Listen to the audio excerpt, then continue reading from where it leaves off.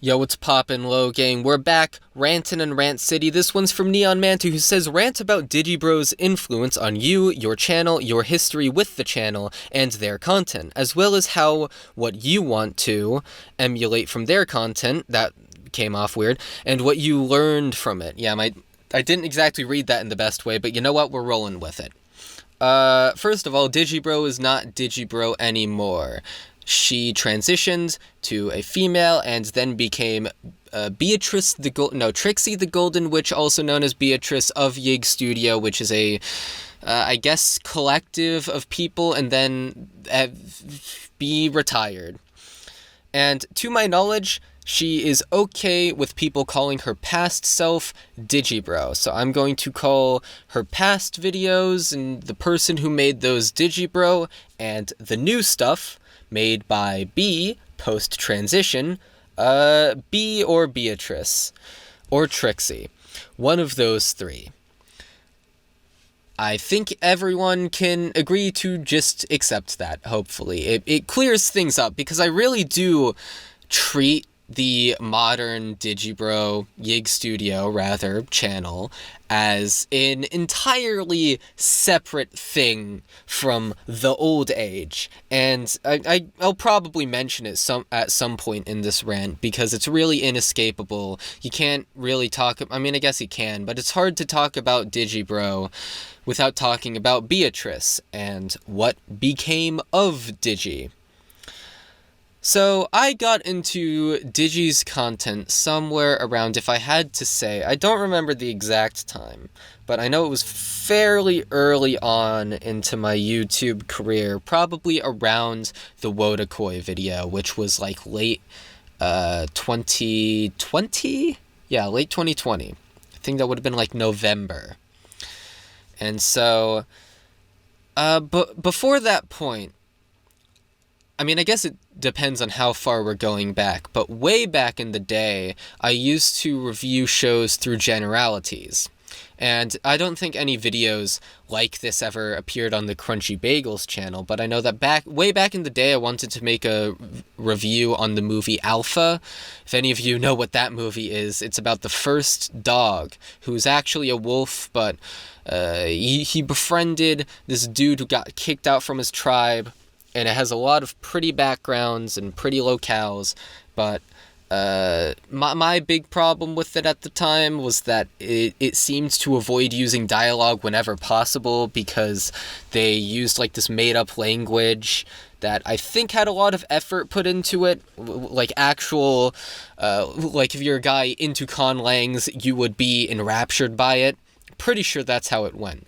And I was like, well, hold on. This movie has like barely any dialogue in it. It seems like they were avoiding having the characters talk as much as possible so that people wouldn't have to read.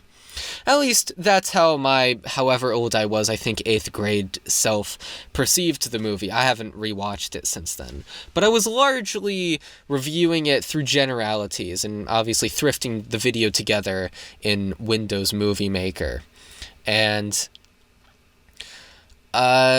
yeah, it never saw the light of day. And I forget exactly why. I might have just lost passion for it or something like that. Maybe realized that Windows Movie Maker is a shit editor, and then used it anyway for the beginning of this channel. But by the time I started this channel, I was into, if I had to say, the main guys, Unique Namosaurus, who's actually a really good reviewer, and I would highly recommend you check out their channel, although I haven't seen their latest few videos because they're about NFTs and Puss in Boots 2, and I think they made an Avengers Endgame video that I did not watch because I haven't seen anything Avengers related. But aside from that, probably, I'm trying to think of anyone else aside from the guy I'm about to mention, but I don't think, was I still into IHE by then? I'm not sure, but the other guy was ER.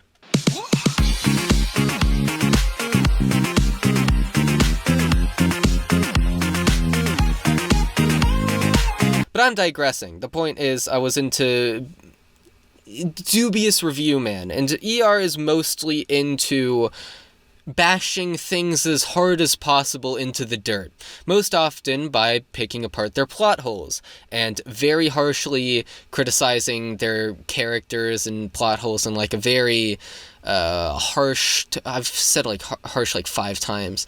What's another word for harsh? Defiant tone.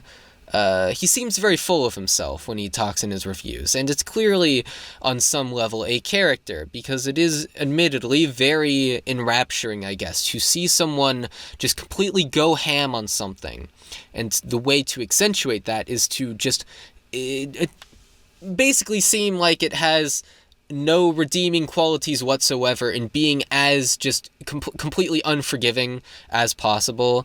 Now, the reason why I give all this context to ER is because I basically just absorbed a more generic version of his personality, and did his shtick, but worse, and not funny, so it was just annoying. So, it was probably around, well, first of all, I was also into commentary channels at the time, and Mumkey Jones, and so I did, obviously, Crusade, which is the worst video I have ever done and will ever do, but then I did but it was actually before that I did Dragon Maid's FOD finale. I don't think that one was too, I guess ER core, ER pilled, whatever, I'm a zoomer, and then after, I feel like the peak of what I'm describing here is the Your Name video. The Your Name video, and I guess the Demon Slayer one as well. Just me being kind of an asshole. I don't say, it's not even that I feel pity for Shinkai. He didn't see that fucking video. I don't care. It's just that it's hard to listen to, because I don't do the shtick well. And because it makes me seem full of myself. But you have to remember, I was 15. Yada yada. Like, 15-year-old is gonna be a 15-year-old, gonna try and ruffle some feathers, get under people's skin. It's what teenagers do. I say, as if I'm not still a teenager currently. But eventually, was I into Digi's content by then? I don't think I was. I got a little humbled by Caribou-kun criticizing a lot of my content up to that point, and then afterwards, I found Digibro, who was my new major inspiration for how to critique media. And the reason why Digi's content appealed to me so much was because at the time I hadn't seen someone who was so thorough, yet at the same time, like, precise in what they're saying, and able to say it very coherently and in a way that was clear, and I understood the point, but also inject their personality. I'm talking, I feel like a bit in vagaries, but it's like a very distinct style of content that just did everything right. And one of the things that Digi talks about in a video they made however long ago on Digibro After Dark about how to write, and how they write anime reviews, and their whole ideology around anime reviews was that, or really writing in general, was that you need to get to the point as fast as possible. If you don't get to the point within the first paragraph, you're done. You're losing people. But it's not like Mr. Beast level, oh, I'm going to cater to people who have ADHDs for their ADHD. I'm gonna make it so that, like, sane/pretentious assholes like me can sit down and watch it and not be bored, but also in a way that doesn't feel like it's just overstimulating you as much as possible in the hopes that you don't click off, you know? It's like that middle ground of, oh, I can, do this quickly without being insufferable.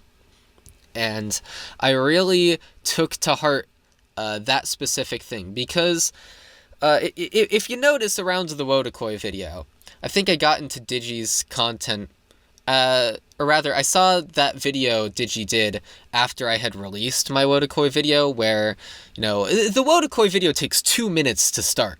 I'm just gonna say that right now.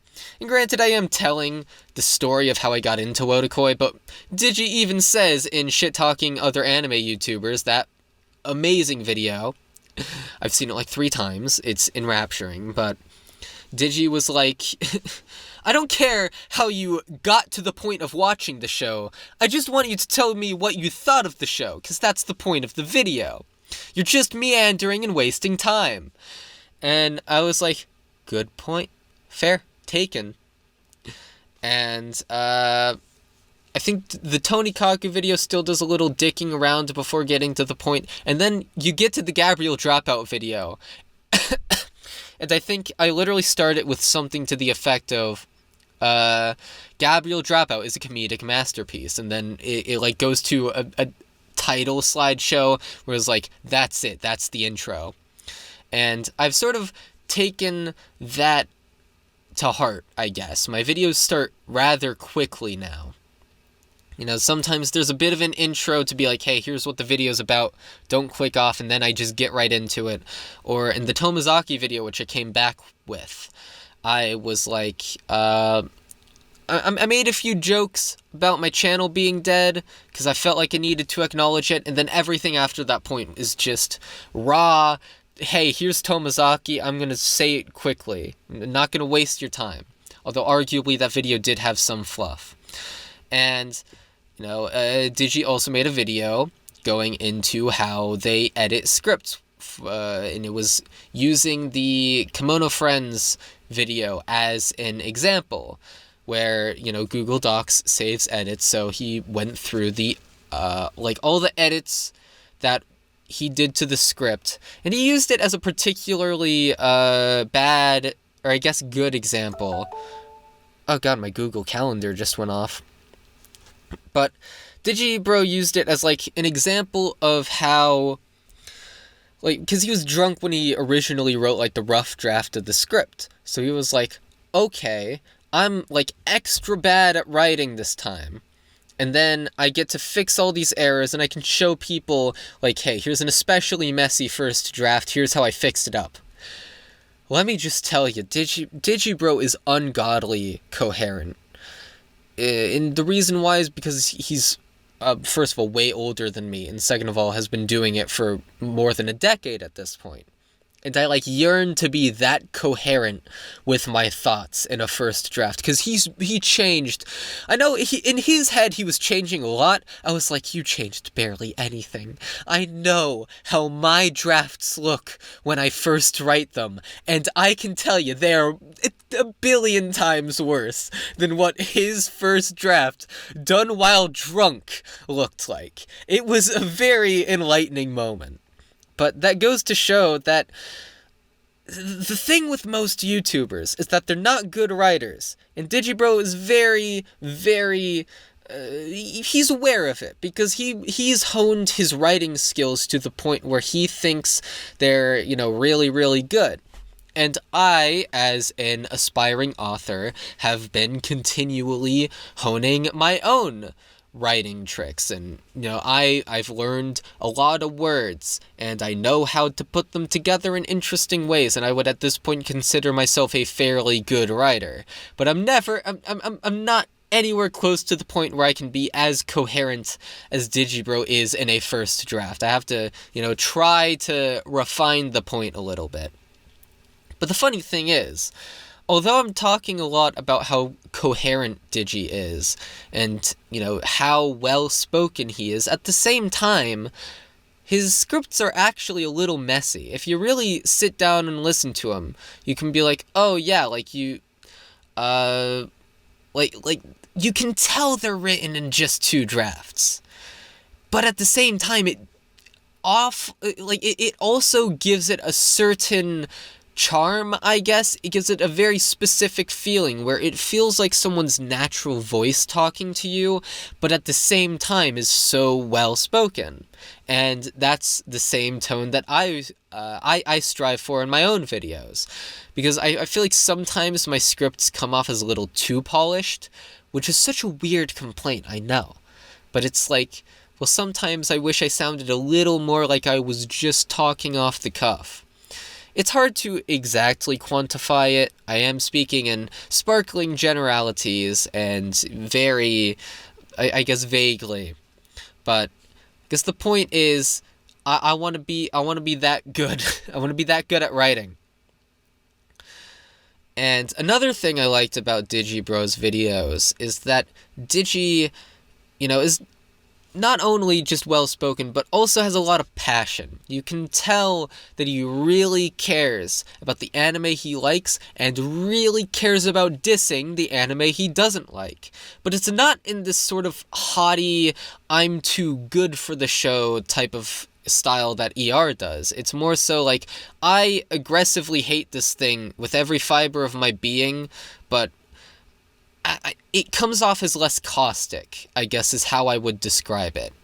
It comes from a place of wanting to enumerate the flaws of the thing so that other people can look and behold and understand why Digi feels the way he does, while at the same time not feeling like it's meant to directly insult it, I guess, even if it does often, come into the territory of insulting it. I guess it's that the intellectual content of the script comes before insulting it, which I know you can also say about ER. I'm trying to enumerate why a negative review from one YouTuber is less negative than the other. I'm not doing a good job. It's another reason why I'm not as well spoken as Digi, but I hope you get the gist of it. And Digi was like a huge influence on especially my anime reviews now, because he was a little late to really rectify a lot of my old content. A lot of my old content still had the 15-year-old edgelord crunch tone to it and the ER inspiration. And the only video that I would say from my old channel days that was like super Digibro inspired is the Gabriel Dropout video, which funnily enough is my best video from that era. I guess I Love Hate Your Name. Well, that wasn't... I think that predates me getting into Digibro, or was like me just getting into his content, and so it wasn't... it's like not as inspired by him, but more so just me trying to tone down how caustic I sounded in a lot of my videos. But the new era most assuredly is. And, admittedly, parts of it are just me trying to get better at, just vaguely get more coherent, but I've taken the lessons learned from watching Digibro videos and used them to be, more well-spoken and entertaining in my videos and get to the point rather quickly. I'm pretty good. Like, an example of this is the Onimai video. Like I said, my first draft's messier than Digi's. And so, originally... I'm misremembering. This wasn't the Onimai video, this was the Urusei Yatsura video. And originally, in the Urusei Yatsura video, I had a whole spiel about how bad seasonal anime usually is to use as a segue into why fall 2022 is a good season of anime. But I just read it back and was like, I'm going on way too long about stuff that ain't Urusei Yatsura, and ain't no one wanna watch something in an Urusei Yatsura video that ain't Urusei Yatsura. Why would they watch that? In the intro, no less. So I was like, I just took the whole thing out. I was like, get to the point as quickly as possible. And so I literally say at the beginning of the video, all that remains of that thread of conversation is, fall 2022 is a good season of anime. And I use it to talk about how there's some, good seasonals before saying Urusei Yatsura was my favorite. At the time. I would put Bocchi above now, but that's beside the point. And that, all, ties into my thesis statement of Urusei Yatsura being anime of the season, which is relevant. But, I took out so much stuff that if it were, back in the early days of my channel, I probably wouldn't have. And I am so glad that I have learned the lesson of just getting to the point.